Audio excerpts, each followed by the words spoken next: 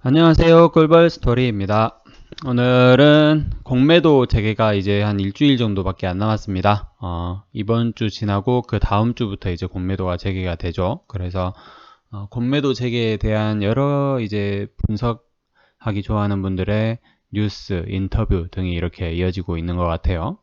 이번 주 중에도 뭐 계속해서 이제 뉴스는 나올 것 같은데 한번 살짝 좀 내용을 쭉 정리를 해봤습니다. 투자하시는데 참고가 많이 되셨으면 좋겠어요. 공매도 재개 그 이후라는 제목입니다. 일단 뉴스가 뭐 계속해서 이렇게 나오고 있어요. 11분 전, 1시간 전, 뭐 2시간 전, 그리고 뭐 공매도 재개 관련해서 개인 투자자분들이 또 뭐 사전 교육을 4,000명 정도가 받았다. 뭐 그런 뉴스 나오고 있습니다. 그래서 한번 쭉 정리를 해봤습니다. 5월 3일 공매도가 재개가 됩니다. 5월 3일이 월요일이죠. 월요일 날 이제 재개가 되는데 전체 종목이 다 재개가 되는 건 아니고요. 대상 종목이 코스피 200 그리고 코스닥 150에 해당하는 종목입니다. 이 중에 제가 가지고 있는 세 종목 중 두 종목이 코스닥 150에 포함이 됩니다. HLB 그리고 텔콘 RF제약 두 개가 포함이 돼요. 게임스탑의 사례가 나왔어요. 미국의 개인 투자자들이 게임스탑 대규모 공매도에 대응해서 대량 매수에 나섰다. 그래서 주가가 상승을 했고 그 주가 상승 때문에 기관 투자자들이 이제 공매도 상환, 대규모 상환, 숏 스퀴즈에 나섰어요. 그래서 또 다시 추가적인 주가 상승이 이루어졌다. 금융감독원의 얘기는 2021년 자본시장 위험 분석 보고서라는 데에 보면은 5월 공매도 부분 재개 시 재개 종목 중심으로 게임스톱 유사한 사례가 발생할 가능성이 있다라는 내용이 있다고 해요. 그래서 국내 온라인 커뮤니티가 요즘 많이 활성화되고 있죠. 네이버, 카페, 오픈 카카오톡방, 그리고 저기 유튜브, 여러분들 유튜브 많이 보고 계시는데 유튜브 뭐 그리고 레딧 뭐 K-스트리트 배트 뭐 여러 가지 커뮤니티가 활성화되어 있죠. 특히 이제 그래서 유사 사례 발생의 가능성은 있다 어느 정도. 그리고 공매도 규탄의 선봉에 선 한국 주식투자자연합회 여기도 이제 회원이 4만 명 정도 된다고 하고 꼭 그 회원이 아니더라도 이 협회의 움직임을 보고 있는 개인 투자자들이 많죠. 공매도 잔고 비율이 높은 종목은 셀트리온과 HLB 등이다. 개인 투자자 1천만 시대 개인 투자자 수도 엄청나게 많고요. 이전 주식시장과 다른 양상의 움직임이 보여질 가능성이 크다. 응집력과 응집 규모 또한 이전과는 다를 것이다. 그러나 국내의 공매도는 특정 종목의 주가 하락을 유도하기보다는 해지성 거래에 공매도가 많아서 숏스퀴즈 발생은 좀 어렵대요. 그러니까 주가 하락을 막 시키려고 그 악의적 공매도 세력이 또 있어요. 그래서 게임스탑 같은 경우는 악의적으로 막 공매도를 때려버린 거예요. 주가를 하락시키기 위해서. 근데 우리나라의 공매도는 좀 해지성 뭐 거래의 공매도가 많다라고 합니다. 그리고 유통 주식수 대비 공매도 잔고 비중도 그렇게 크지 않다. 공매도 잔고 비중이 높은 종목은 롯데관광개발 코스피의 6.69% 정도고 KMW 이게 4.84% 정도라고 하네요. 게임스톱 같은 경우에는 한때 공매 잔고 비중이 100%를 넘기도 했다고 합니다. 이거는 뭐 제가 알아보지는 않았고 기사에 있던 거 그대로 가져왔고요. 이게 아마 금융감독원 아까 말씀드린 그 보고서에 나온 내용인 것 같아요. 국내 종목의 공매 잔고가 높지 않고 가격 제한폭도 있고 그리고 단기 과열 종목 지정 등 여러 가지 장치가 있죠. 그래서 극단적인 주가의 급등락 우려는 좀 적은 편이다 라고 합니다. 이건 이제 또 다른 기사예요. 공매도 D-7 개미의 빗장푼 금융당국 득일까 실일까 라는 제목이고 2020년 3월부터 6개월간 한시적으로 공매도를 금지를 했었죠. 그리고 그 후 다시 6개월간 연장을 했고 대형주 우선 재개를 라는 이제 단서를 단 채로 한 달 보름 정도 추가 연장을 해서 5월 3일까지 공매도를 금지를 했습니다. 동학개미들의 반발로 개인 대주제도 동시 시행키로 했고요.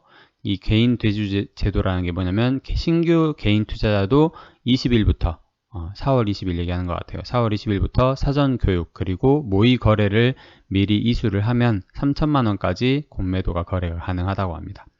우려로는 개인은 기관과 외국인에 비해서 정보력이나 경험이 부족해서 리스크를 추가로 떠안게 될 우려가 있다고 합니다. 대주 상환 기간은 60일로 기관과 외국인은 기간 제한이 없는 것에 비해서 이제 좀 불리하죠. 그리고 대여 기간 동안 연 2.5에서 4%의 이자를 부담하게 됩니다. 불법 공매도 적발 시스템. 첫 번째 이제 공매도 시스템 전산화와 두 번째로 종합 모니터링 체계를 구축해달라고 개인 투자들이 계속 얘기를 하고 있는데 두 가지 모두 마련하기가 이제 지지부진한 상황입니다. 불법 공매도 사전 차단 시스템도 현재로서는 불가능하다고 합니다. 시스템이 없는 거나 다름없죠. 이건 또 다른 기사예요. 공매도 T-7, 코스피 200, 코스닥 150, 주가 변동성의 촉각. 저도 좀 개인적으로 이렇게 생각하고 있어요. 주가 변동성이 이제 커질 수 있다. 그 얘기는 낙폭 과대주. 그동안 지수가 많이 올랐는데 오른 게 하나도 없는 애들 있죠. 오히려 떨어진 애들도 있어요. 별 이슈 없이 떨어진 애들. 그런 애들은 제 생각에는 상당히 유리해질 수 있다라는 게 제 생각입니다. 2008년 공매도 오히려 이제 생각을 바꿔서 생각을 하는 거죠. 2008년 공매도 재개 당시 코스피 상승했고요. 2011년에는 4.9%포인트 하락을 했다고 합니다. 지수보다 종목 변동 폭을 키워서 대형주와 낙폭 과대주가 유리해질 수 있다. 어디까지나 예상일 뿐입니다. 공매도는 증시가 불안정할 때 투매 현상, 패닉셀을 부추길 수 있다. 2008년 금융위기 당시 8개월간, 그리고 2011년 유럽 재정위기 당시 3개월간 공매도를 일시적 금지시킨 바 있다고 해요. 공매도 재개가 지수 하락에 미치는 영향이 제각각이고 따라서 크게 우려할 필요가 없다는 분석도 나오고 있다라고 합니다. 2009년 6월 1일 공매도가 재개되었고 5월 29일 전날에 비해서 1.38% 상승을 했다고 합니다.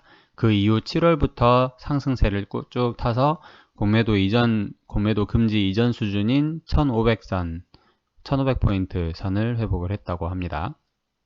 그리고 2011년 11월 10일 날 재개가 된 공매도는 전날보다 4.9% 내린 1813.25%의 25포인트의 마감을 지었다고 하고요. 2012년 1월부터 회복세를 타서 공매도 금지 이전인 2000포인트 선에 진입을 했다고 합니다.